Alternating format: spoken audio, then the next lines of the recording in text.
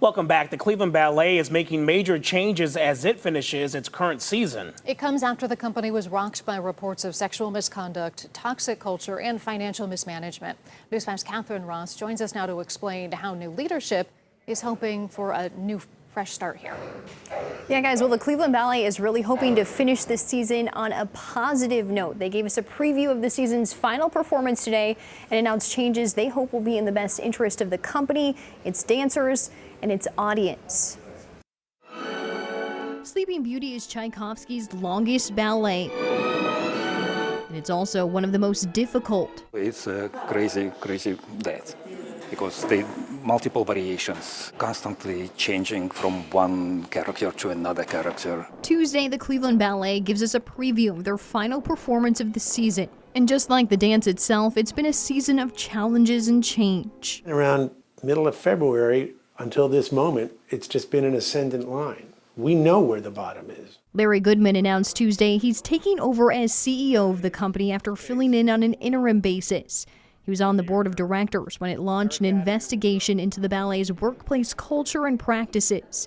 That investigation found a pattern of intimidation and retaliation against dancers and staff, numerous reports of sexual misconduct on the part of the former CEO, and serious operational and financial issues. There's plenty of there, and then you move into mama bear mode. How do I protect this thing that I love? The former CEO resigned, and the ballet eventually severed ties with its artistic director after both were suspended during the investigation. Goodman says since taking over, he's discovered close to $100,000 in unpaid debt to vendors.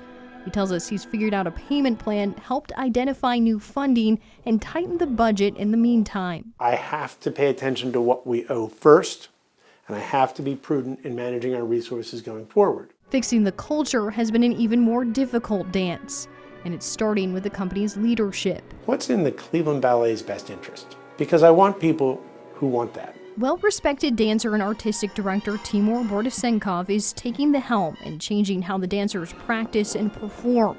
He tells us he's trying to foster an environment of respect and high expectations. I see a future in this company and this city.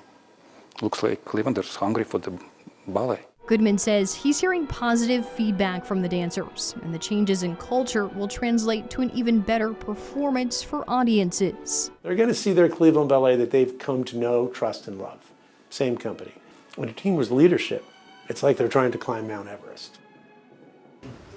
And the new CEO also tells us the ballet is actively looking for a new home. They're currently next door to the former artistic director's ballet school and no longer share that studio space. Right now, there's no timeline on that. Meanwhile, Sleeping Beauty opens on April 25th. In the newsroom, Catherine Ross, News 5. Catherine, thank you.